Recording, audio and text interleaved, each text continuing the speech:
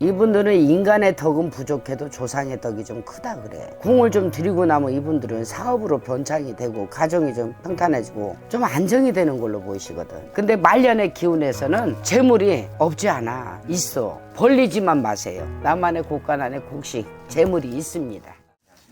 네, 안녕하세요. 그래서 오늘 저희가 59세가 되신 우리 양띠분들 평생 운세 이야기 나눠보려고 하는데요. 평생 운이라면 이분들 지금 이 나이까지 어떤 초년과 중년의 길을 걸어왔고 앞으로의 말년은 어떤 말년운이 기다리고 있을지 한번 이야기 나눠보려고 합니다. 자, 우리 59세 양띠분들 이 나이까지 어떤 초년, 좀 중년 인생의 길을 걸어오신 분들이 많았을까요? 이분들 59세 정미생이지. 양띠분들을 넣는데 조금 바쁘게는 살아. 바쁘게 사는데 지금 봤을 때는 솔직히 이분들 자체 초년에는 누구 덕으로 막 편안하게 평탄하게 갔다고 볼 수는 없어. 특히 여자분들이 생활량들이 굉장히 강해. 여자분들이 어려서부터 초년의 운, 또 중년의 운, 말년의 운 가면서 초년부터 내 책임감, 뭐 재주도 많고 이 머리 영리하고 똑똑한 사주거든. 근데 내 직성대로 다 풀어먹질 못하시고 연세 드신 분들은 학업주를 잡아도 한 가닥씩 한 자리라도 해먹어야 되는데 그 기운들이 부족했어. 부모의 운이지 기운이지. 그래 사람이 금수저다 운수저다 막 그러지. 근데 솔직히 그런 복들을 뭐 다 가지고 태어나진 않았거든. 이분들 자체 머리는 영리하고 똑똑한데 어려서부터 부모의 그 공덕이 없다 보니까 크게 막 학업줄을 잡고 막 공부줄을 잡고 그렇게 막 사는 걸로만 보이지는 않거든. 물론 막 어린 자손들은 지금 열심히들 막 공부도 하려고 하고 그러지만은 이분들이 다 막 고생했다. 무슨 뭐 10사람 다 고생하면 뭐 세상 살 맛이 누가 있겠어, 살 사람이. 근데 대부분이 보면은 이분들은 이상하게 이런 말씀이 나오셔. 남한테 말 못할 사정들이 많았고 내가 풍파가 많았다 그래. 초년의 운부터 이리 흔들리고 저리 흔들리고 사람들이 많이 흔들었지. 속상함도 많았고 굽이굽이 살아오면서 가슴 아픈 일도 많았고. 그러면 이분들을 가장 힘들게 했던 큰 원인이 좀 어떤 것들이 좀 있는 거예요? 물론 금전도 따라주겠지만 사람이지. 사람 자체에서 가정이란 테두리 자체, 부모, 형제, 이런 것서부터 많이 흔들림이 있었지. 초년에 무슨 사랑을 안 받고 살았다, 막 부모가 안 계신다, 다 그렇지만은 않지만, 크게 부모, 양부모 밑에 테두리 안에서 진짜 행복하게 막 호요시 가면서 살았다고 볼 수가 없어.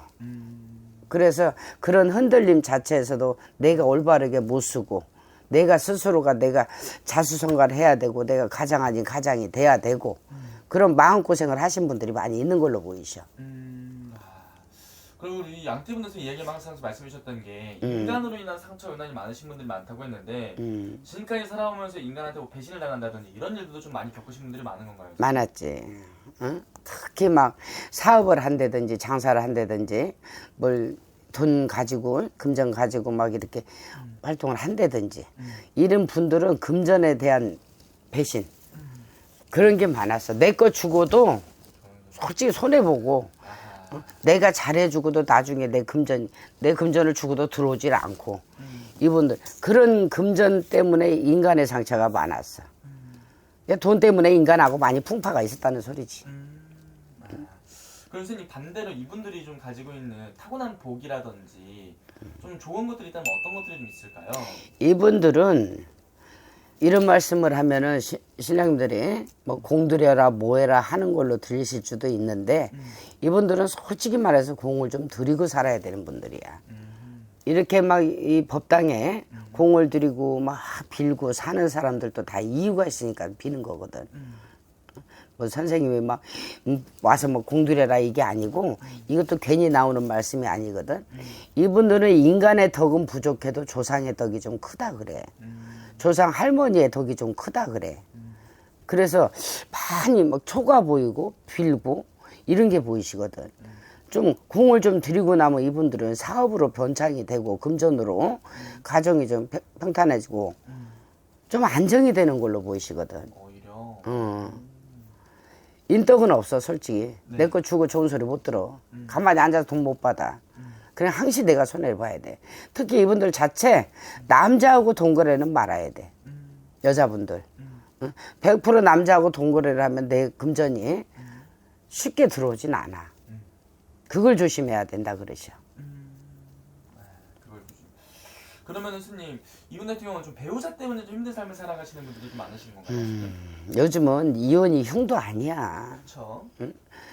걔 중에 뭐 10분이면 뭐 한 분이나 사별이나 한두 분 사별이 된다든지 하지, 대부분 보면은 혼자 살아요야. 이혼했어요야. 자손 한둘 거느리고 두세 명 거느리고. 그리고 여자분들이죠. 여자는 책임감이잖아. 모성애가 있기 때문에 꼭 자손들을 내가 떠나버려. 응? 자손들을 내 새끼니까, 내 뱃속으로 낳았으니까. 그러다 보니까 만 짐을 다 내 짐에다, 어깨다 짊어지고 살지, 마음에다. 호덕해야지, 힘들지. 응? 그런 것도 다 보면은 팔자에 있기 때문에 하는 거거든.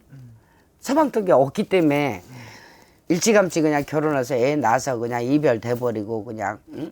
혼자서 그냥 자손들 키워야 되니까 호덕이고.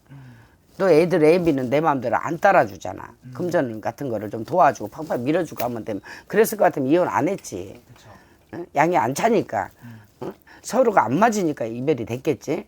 그래서 그런 인간 고생 자손 때문에도 내가 허덕이고 짐이 많고 마음고생을 많이 하고 살아. 그러면서 이분들 좀 인생이 풀리는 시기가 이제 앞으로 다가올 말년에 있어서는 좀 괜찮을 수 있을까요? 아직까지는 이제 59세 아직까지는 중년이야. 이분들 앞으로 말년이 가면 4, 5년인데 한 4년, 5년은 고생 더 해야 돼. 4년, 한 3, 4, 5년, 5년. 이분들 재물 없지 않아. 지금까지 내가 아무리 벌어서 모아야지, 막 뭉쳐야지, 재물을. 이렇게 해서도 큰 금전은 못 모았다고 보거든. 근데 많이 샜지. 버는 걸로 말하자면 한도 없지. 내가 벌어들인 금전은. 근데 나만 하질 못했다, 지키질 못했다, 이 말이야. 근데 말년의 기운에서는 재물이 없지 않아. 있어. 있고 누구한테 아쉬운 소리 안 하고 누구한테 막 이렇게 막 궁핍하게 막 힘들게 그렇게 가지 않는 걸로 보여. 벌리지만 마세요. 크게 막 어디다 투자를 한다든지 가지고 있는 금전 내가 잘 지켜야 돼. 그리고 아까도 말씀하셨던지 할머니가 누구한테 돈 주지 마. 지금까지 살아온 게 혼자 사신 분들 생각을 해보셔. 내 금전 주고 좋게 들어온 적 있으면은 한번 가만히 생각을 해보세요. 그런 적이 없을 거라고 보이시거든.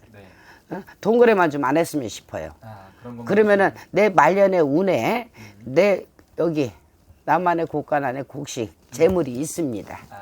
알겠습니다. 나중에 오늘 왜 힘내시라고 한 말씀 해주시면서 마지막 인사 부탁드릴게요. 지금까지도 마음고생 많이 하시는 걸로 보여. 그리고 올해는 이분들이 몸도 좀 조심을 해야 돼요. 왜냐하면 삼재에다가 올해 9수거든.